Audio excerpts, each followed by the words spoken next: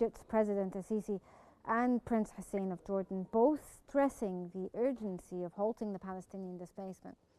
How effective do you think or believe that Egypt's proposed reconstruction plans will be in alleviating not just the suffering of the Palestinian people, but preventing further displacement of them?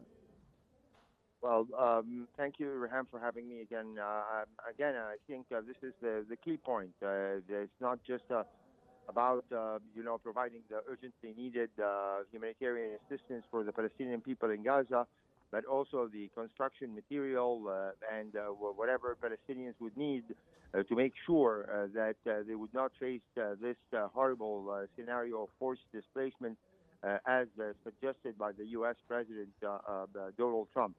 So again, that's going to be a very important statement from not just Egypt, but all Arab countries involved in the Palestinian-Israeli conflict, that they do not approve such a plan presented by Mr. Trump because it does actually ignore their most basic demand, which is the right to self-determination and to have their own independent state.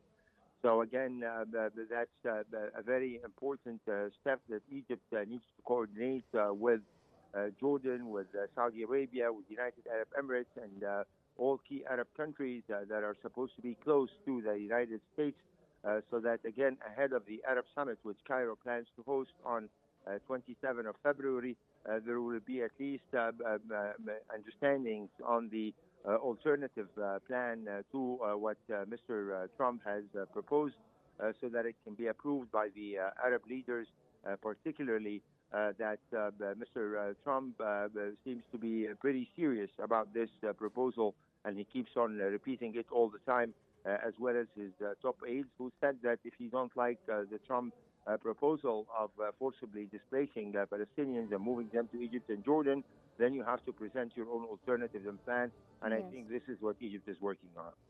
Well, sir, as you said, coordination here is key. So the Jordanian Crown Prince reaffirmed support for Egypt's Gaza reconstruction plans.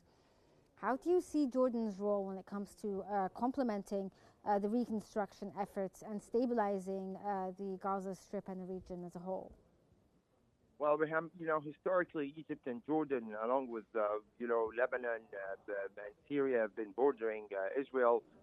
These four countries have been, the mostly affected by the Palestinian issue, considering that they have joint borders with Palestine. And particularly, Jordan received millions of Palestinians who were forced to flee their homeland in 1948. And, the Palestinians, they make a large portion of the Jordanian population.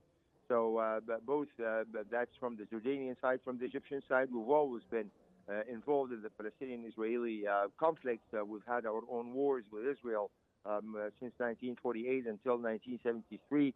And so, again, Egypt is heavily involved together with Jordan in determining the future of the Palestinian issue. And they were the two countries that were namely mentioned by the U.S. President Donald Trump as the possible destination for the Palestinian refugees for the Palestinians he wants to remove from Gaza, so that he can carry out his alleged reconstruction plan that would turn Gaza into the Riviera of the Middle East, according to Mr. Trump.